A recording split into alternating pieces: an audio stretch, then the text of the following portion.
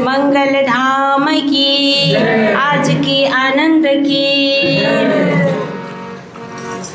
करते हो तुम कन्हैया, मेरा नाम हो रहा है। करते हो तुम कन्हैया, मेरा नाम हो रहा है। मेरा आपकी कृपा से सब काम हो रहा है। करते हो तुम कन्हैया, मेरा नाम हो रहा है।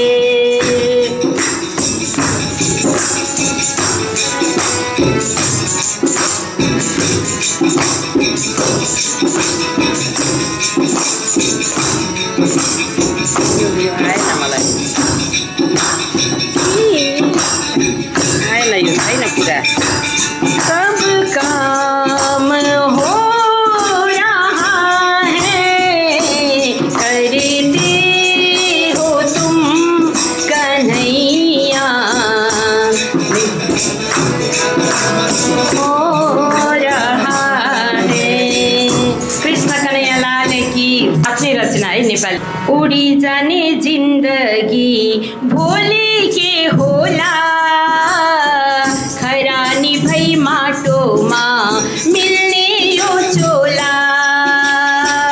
उड़ी जाने जिंदगी यो भोली के होला, खरानी भई माटोमा मिल्ने यो चोला।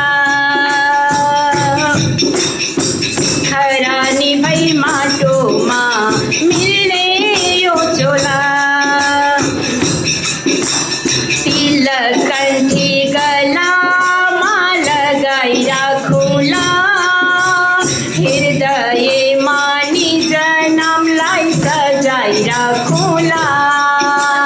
तिलक कंठी गलामा लगाई राखुला, हृदय मानी जनमलाई सजाई राखुला। साँझ बिहान मन्दिरमा दियो बालोला, खरानी भई माटोमा मिल्ने यो चोला। उड़ी जाने जिंदगी यो भोली के होला, खरानी भई माटोमा मिल्ने यो चोला।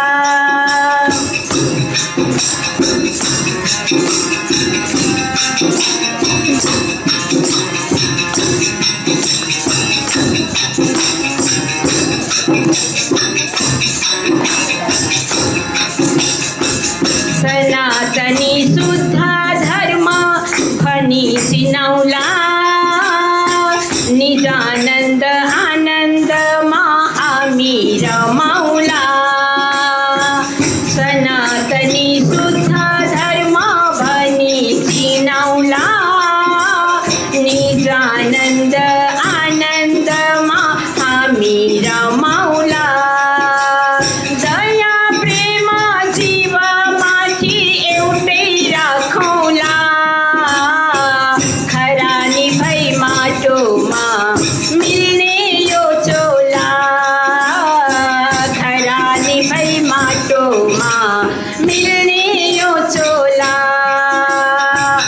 उड़ी जाने जिंदगी यो भोली के होला, खरानी भई माटोमा मिल्ने यो चोला।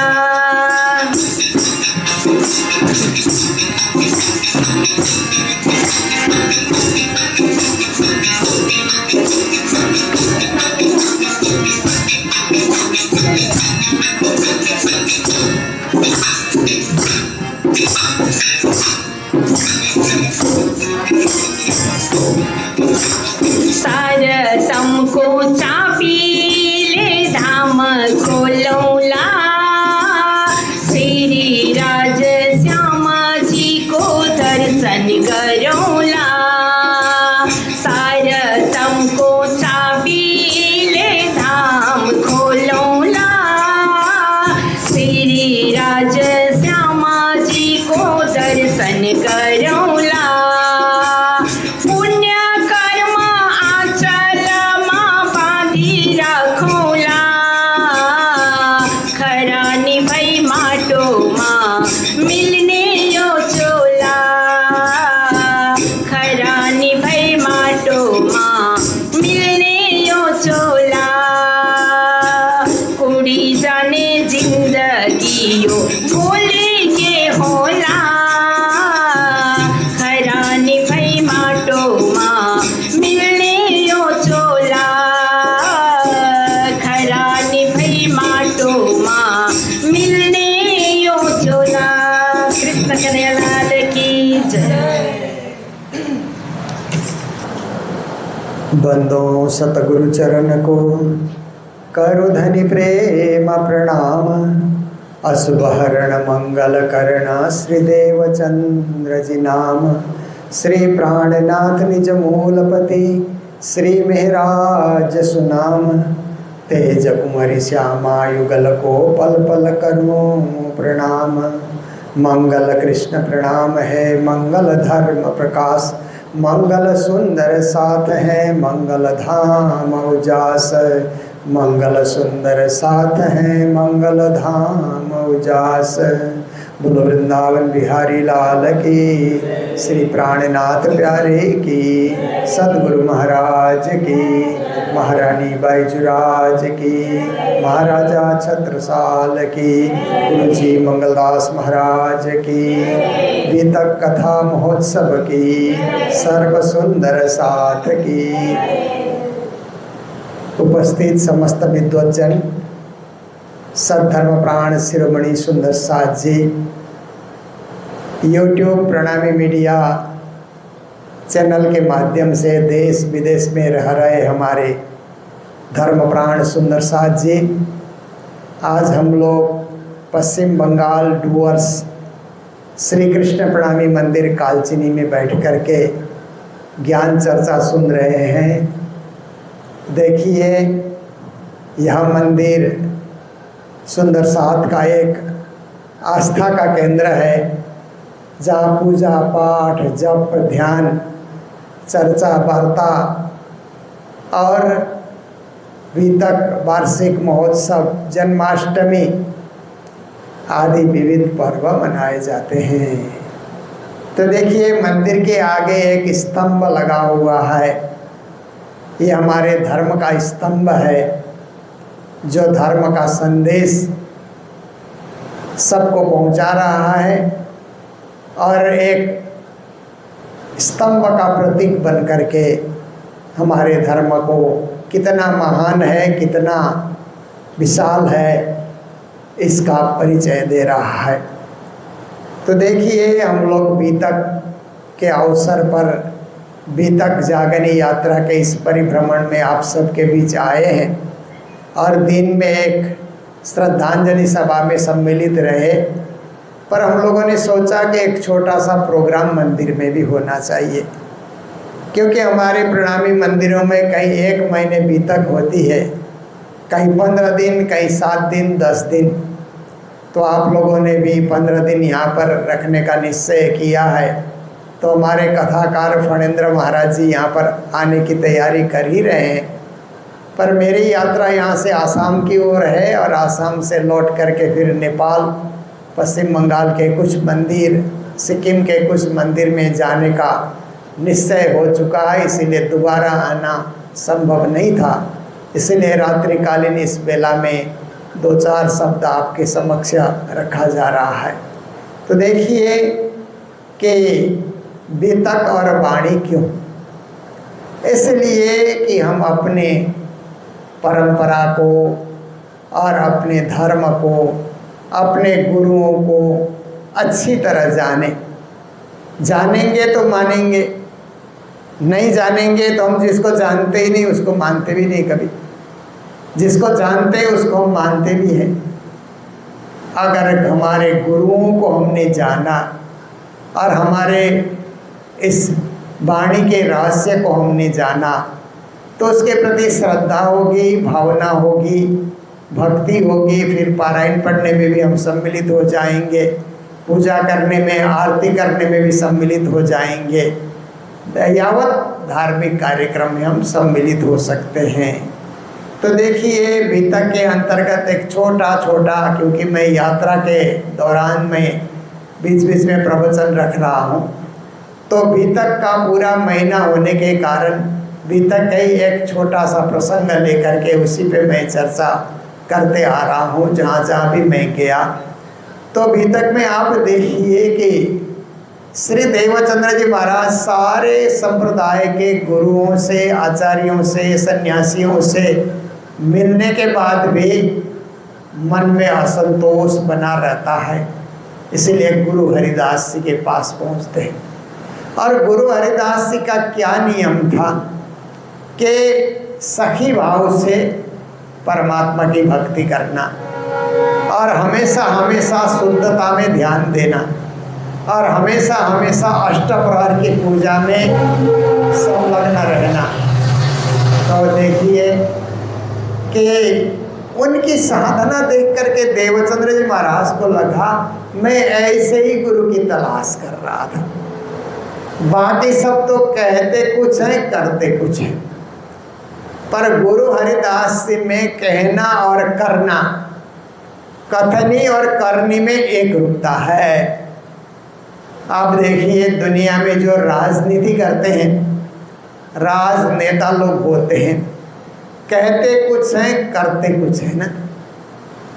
कहते हैं और वही करेंगे ऐसा संभव पूरा नहीं होता है, कुछ परसेंट में होता होगा। बाकी वादे बहुत करते हैं परंतु काम बहुत थोड़ा होता है।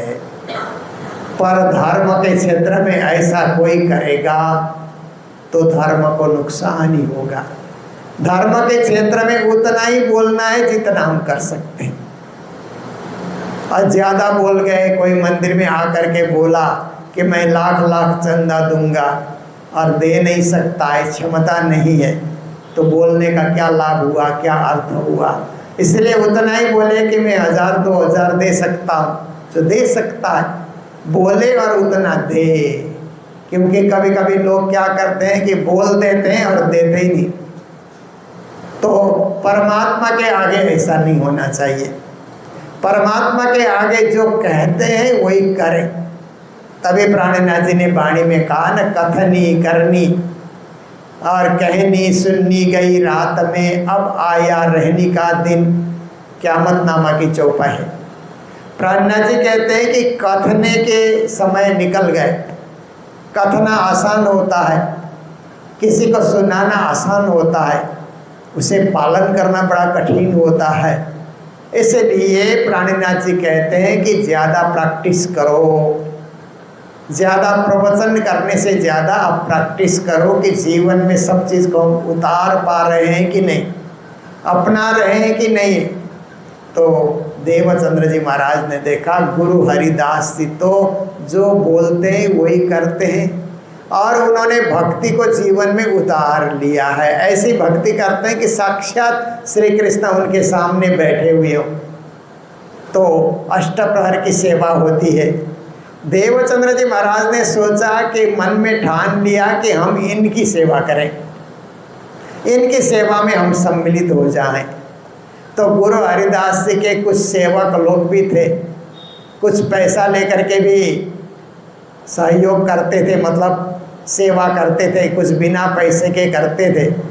तो देवचंद्र जी महाराज ने एक रोज़ बर्तन धोने वाले, पूजा के बर्तन धोने वाले और पूजा के लिए भोग व्यंजन बनाने वाले सेवकों से चुपके से कहा कि आप लोग जो सेवा कर रहे हैं वो मुझे मौका दीजिए, मैं सब बर्तन धो करके तैयार करूँगा, भोग व्यंजन में तैयार करूँगा, और आप ये नहीं बताना कि देवचंद्र जी कर रहे हैं। गुरु हरिदास जी को कुछ नहीं बताना, मैं चुपके से करूँगा।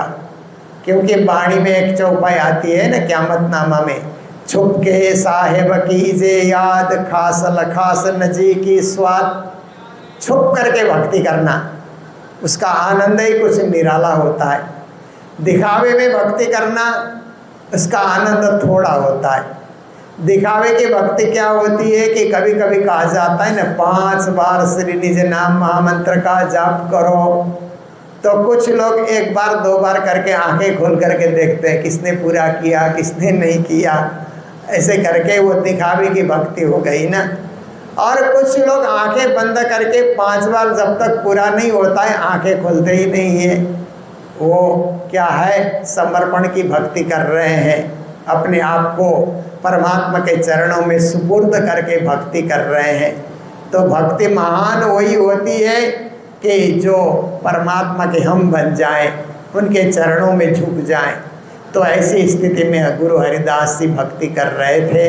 देवचंद्र जी महाराज ने इसलिए उनको गुरु बनाया, उनसे बहुत कुछ ज्ञान सीखा, बहुत कुछ भक्ति का मार्ग उन्होंने अपनाया। अनन्य परा प्रेम लक्षणा भक्ति का मार्ग भी उनसे ही उन्होंने सीखा। पर उनके दिए हुए मंत्र भज मन श्री वृंदावन कुंज बिहारी नित्य विलास, ये मंत्र उन्होंने दिया था। इस मंत्र का उन्होंने जाप किया, फिर भी मन नहीं लगा। पहले सन्यासियों का मंत्र जाप किया, वहाँ भी मन नहीं लगा। अब कृष्ण मंत्र का जाप किया, यहाँ भी मन नहीं लग रहा है। तो क्या कारण है? देवचंद्र जी महाराज ने सोचा कि परमात्मा मुझे और कोई विशिष्ट मंत्र देना चाहते हैं, इसीलिए भूज में जो सेवा हो रही है गुरु हरिदास जी की, अब यहाँ से भी मुझे आगे बढ़ना होगा। और ऐसे भी जब से बांके बिहारी के वस्त्र पूजने लगे तो हरिदास से कभी कभी देवचंद्र जी महाराज के पास आने लगे। देवचंद्र जी हरिदास जी के पास पहले जाते थे, पर अब हरिदास जी देवचंद्र जी से प्रभावित होकर के वो खुद आने लगे। गुरु जब चेले के घर आने लगे तो गंगा उल्टी बहती है ना, तो लोग फिर शंका करने लग जाते हैं। गंगा सीधी सीधी जब तक बहती है लोग कहते हैं ठीक है, पर गंगा उल्टी बहती है तो लोग सोचते हैं ये क्या है। तो ऐसे गुरु चेले के पास जाने लगे तो गांव वाले कहने लगे देवचंद्र जी ने हरिदास जी का मन मोह लिया। अब हरिदास जी देवचंद्र जी के पास जा रहे हैं, पूरे भूज के गुरु हैं, इतने मान्यता प्राप्त ये महात्मा महापुरुष सदगुरु हैं, फिर भी देवचंद्र जी के पास जाते हैं। तो देवचंद्र जी महाराज ने कहा गुरुदेव आप मत आइए, आप अपनी जगह बैठिए ना, मैं आपके पास आता हूँ, आप क्यों आते हैं? हरिदास जी ने कहा देवचंद्रा, आपकी भक्ति, आपकी साधना, आपकी सोच और समझ को देख करके मैं बड़ा प्रभावित होता जा रहा हूँ, क्योंकि आपके अंदर एक सच्चाई है। उस सच्चाई के चलते मैं प्रभावित होकर के आपके पास आ रहा हूँ। और दूसरी बात है कि मैंने अब तक कृष्ण की भक्ति के, कृष्ण को भोग धराया, परंतु कभी कृष्ण का प्रसाद मैंने साक्षात नहीं पाया। आपने भोग लगाया और ब्रजमंडल के दर्शन हुए और आपको घुंघरी का प्रसाद भी मिला, जो आपने मुझे भी प्रदान किया।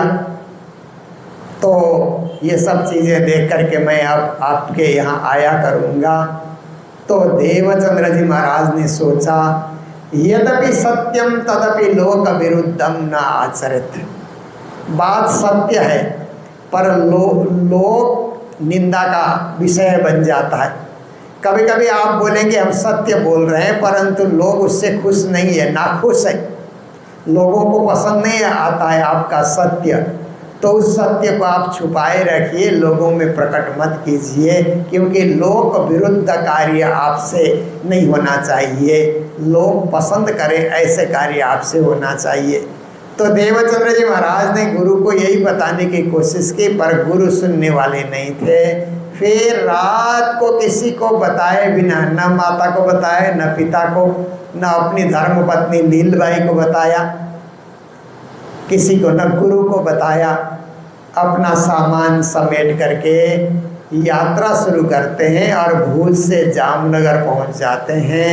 तो वाणी में श्री जी ने कहा, आए श्री देवचंद्र जी नौतनपुरी, सुख सबन को देने देह धरी, इन इत आए करी बड़ी खोजा, चाहे धन जी को मूल संजोगा। जब वो जामनगर आए और जामनगर आकर के उन्होंने जब श्याम सुंदर के मंदिर में भागवत सुनना प्रारंभ किया कान्ह जी भट्ट से, तब उनको लगा कि मेरी खोज अब पूरी होने वाली है। क्योंकि हिंदू शास्त्रों में सबसे सार गर्भित ग्रंथ के रूप में श्रीमद् भागवत को माना जाता है। वेद व्यास ने सारे पुराण लिखने के बाद अंत में सब पुराणों का निचोड़ लेकर के श्रीमद् भागवत की उन्होंने रचना की है। भागवत पढ़ते हैं तो वेद पढ़ने का, वेदांत पढ़ने का, पुराण पढ़ने का, उपनिषद पढ़ने का, सब कुछ पढ़ने का सार हमको एक ही ग्रंथ में मिल जाता है। तो देवचंद्र जी महाराज ने सोचा कि श्रीमद् भागवत निष्ठा से सुनना और श्रीमद् भागवत के एक एक श्लोक को ग्रहण करना, जीवन में उतारना, मन मस्तिष्क में उसको उतारना, यही कार्य मुझे करना है। ऐसा उन्होंने सोच करके 14 साल का उन्होंने नियम बनाया। देखिए, कथा प्रारंभ होने से पहले पहुंचना, अपने आसन में बैठना, कथा पूरी होने के बाद ही उठना, उसको निष्ठा कहा जाता है। पर कुछ लोगों का स्वभाव क्या होता है कि कथा से पहले नहीं आएंगे, इधर उधर करते रहेंगे, कथा शुरू होने के बाद 10-15 मिनट के बाद आते हैं, कथा समाप्ति से पहले ही उठ करके चले जाते हैं। वो निष्ठा नहीं है, वो तो आपने क्या है, अपनी हाजिरी दिखाई।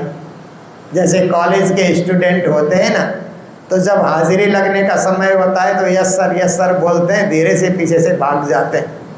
मैंने भी देखा, क्योंकि हम जब कॉलेज पढ़ते थे तो 125 स्टूडेंट हमारे क्लास में होते थे, तो हाजिरी लगाने के समय में 125 की हाजिरी लग जाती है।